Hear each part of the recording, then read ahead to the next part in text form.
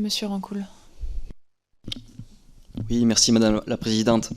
Alors initialement je voulais poser en première question le modèle économique et les subventions d'État, mais bon je pense que je ne vais pas remuer le couteau dans la plaie, on a très bien compris qu'il y a une problématique de ce côté-là.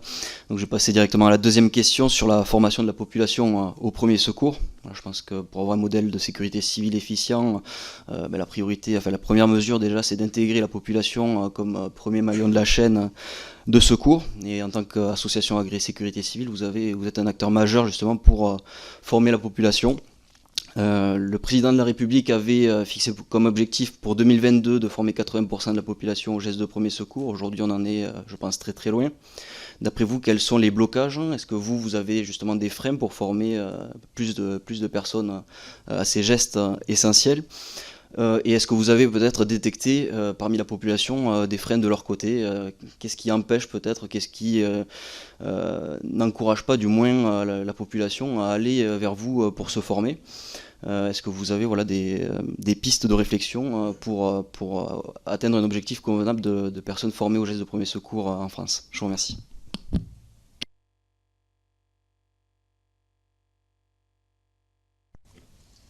Monsieur Voisin, allez-y.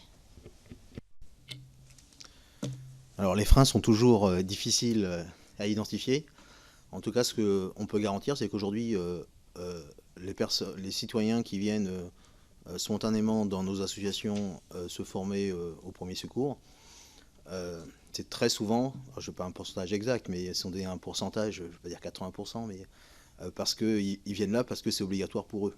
C'est-à-dire qu'ils sont dans un parcours de vie où je souhaite aller vers le concours des professeurs des écoles, je veux être éducateur sportif, avoir un brevet fédéral sportif. Je crois que chasseur, c'est pas passé. Enfin, à chaque fois, c'est pas passé, ou c'est passé. Pas sur le PSC1 en tout cas. C'est sur un parcours de la vie. Voilà. Donc, ça je dirais, c'est un constat fort. Ensuite, dès l'instant qu'il y a l'employeur qui va pouvoir le prendre en charge, etc., c'est aussi tous les passages obligatoires de la vie font que les gens vont aller vers cette formation. Alors après, on pourrait dire, je suis en formation, c'est obligatoire, ça va pas me plaire. Et on est proche, je pense, d'un résultat de 100%, où forcément les gens qui viennent en formation comprennent le sens. Si c'est pas utile pour leur travail, ils reconnaissent qu'ils ont besoin pour leur famille. Donc ça marche, je dirais, à tous les coups, et les gens repartent, je dirais, satisfaits des formations. Donc maintenant, c'est comment développer plus que le parcours de la vie. Peut-être qu'il y a d'autres parcours où on n'a pas été assez strict pour pouvoir le développer, ou après, quand il y a eu les projets du secourisme au permis de conduire, ça a été réduit à quelques questions, je crois, parce que la peur, c'était qu'on ne soit pas capable de former toute la masse, et du coup bloquer un système. En tout cas, il faut être ingénieux sur des nouvelles idées. Il faut agir sur les parcours, sur les parcours de la vie. Depuis très longtemps, on parle, je dirais, du parcours tout le long de la vie. Hein, c'est-à-dire que à l'école, à primaire, collège, et à chaque étape de la vie, je crois beaucoup à ce parcours. Et une bonne initiative qui a été prise, c'est pouvoir le proposer aux jeunes retraités avant leur départ. Hein. Donc, je pense qu'il faut encore travailler sur le parcours de la vie, voir s'il n'y a pas encore des leviers à agir dessus, quoi.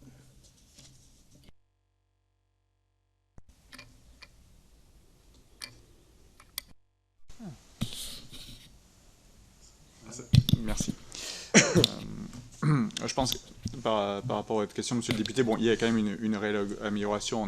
On est plus près des 30, 35, 37% versus 15% où on a stagné pendant X années. Ce qui a contribué à cette réussite, comme tu le disais, c'est aussi le fait que la formation se développe au niveau du cursus scolaire de plus en plus.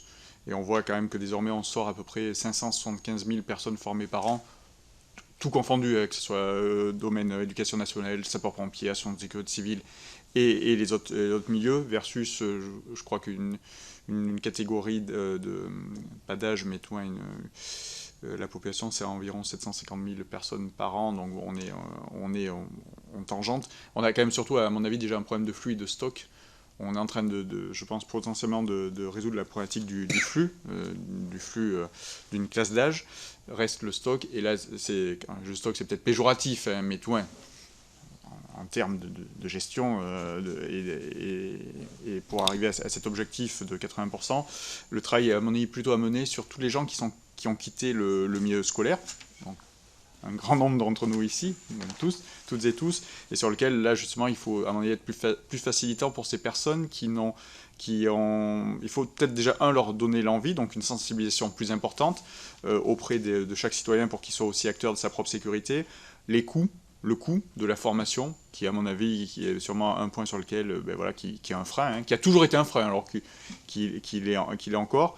Et puis il y a peut-être aussi une action à mener encore plus simple, qui n'est pas si simple parce que sinon elle aurait été déjà menée, c'est cette multitude de différentes formations qu'on peut avoir, d'une complexité redoutable que même moi j'ai du mal à comprendre, et pourtant on est tous ici autour de la table on commence à s'y connaître, on a un peu de boutique dans le milieu de la formation aux gestes de premier secours, mais entre le SST, le PSC, je vous passe toutes et après on a le même parallèle, alors c'est pas la formation grand public, mais on peut mener le même parallèle entre le ministère de la Santé et le ministère de l'Intérieur, entre les formations PSE1, PSE2 et c'est FGSU, merci, FGSU, où finalement, je dérive un peu parce que c'était pas le sens de la question, vous étiez plutôt sur le grand public, monsieur le député, mais on se met même des fois des contraintes opérationnelles pour nos intervenants secouristes à être obligés de reformer des gens qui sont ou infirmiers ou qui ont l'FGSU 2 parce qu'il faudrait un bout de passerelle, et je me demande même s'il y a besoin d'une passerelle à un moment, il faut avoir un peu de pragmatisme opérationnel tout simplement.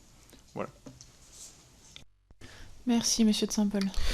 Oui, tout à fait. Je partage à 100% ce qui vient d'être dit. Je compléterai juste sur le point suivant. Le parcours de vie me semble très important. Au début, nous étions partis et nous constations dans les formations PSC1 que nous avions beaucoup de collégiens. Aujourd'hui, c'est surtout des gestes qui sauvent, qui sont réalisés au niveau du collège pour obtenir le brevet. Le fait de passer au niveau PSC1 pour l'obtention du bac me paraîtrait, je dirais, une marche qui serait intéressante à faire.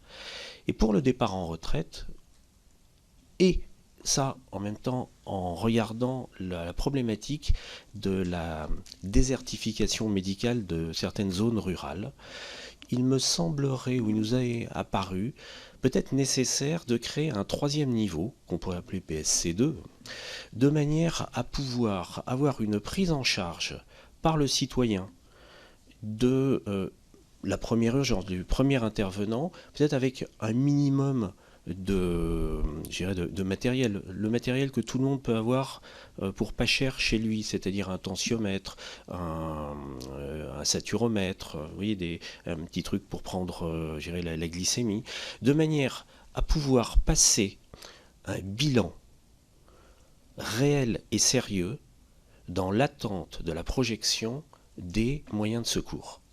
Je pense qu'on gagnerait en efficacité en ayant ce niveau de formation qui s'adresserait surtout à des adultes, de manière à pouvoir essayer d'être un petit peu plus citoyen, d'être un peu plus fraternel, mais surtout de préserver nos concitoyens qui se trouvent de plus en plus éloignés d'une structure hospitalière. Même si les SDIS, les pompiers ou les ASC qui vont intervenir en lieu et place, en remplacement des SDIS, peuvent se projeter. Nous vivons ici en région parisienne où, grosso modo, l'arrivée des secours publics, c'est une dizaine de minutes. Ce n'est pas tout à fait le cas partout sur le territoire. Donc, comment faire pour obtenir une meilleure première prise en charge au niveau, je dirais, purement premier intervenant? Merci. Oui, monsieur Delaunay. Volo Delaunay. Vous avez deux noms. Volo Delaunay. Oui. Désolé, tout est long, François-Xavier, Volo Delaunay. Non, je voudrais juste compléter par deux choses qui sont aussi assez simples à mettre en œuvre. La première, ce serait qu'on puisse payer le PSA et le SST avec le CPF, tout simplement, ce qui était le cas avant et ce qui a été retiré. Une autre chose qui est peut-être beaucoup plus complexe serait que potentiellement le prix d'un PSA puisse être déductible des impôts, ce qui permettrait aux personnes qui ont moins de revenus que d'autres de pouvoir récupérer une partie de ce coût.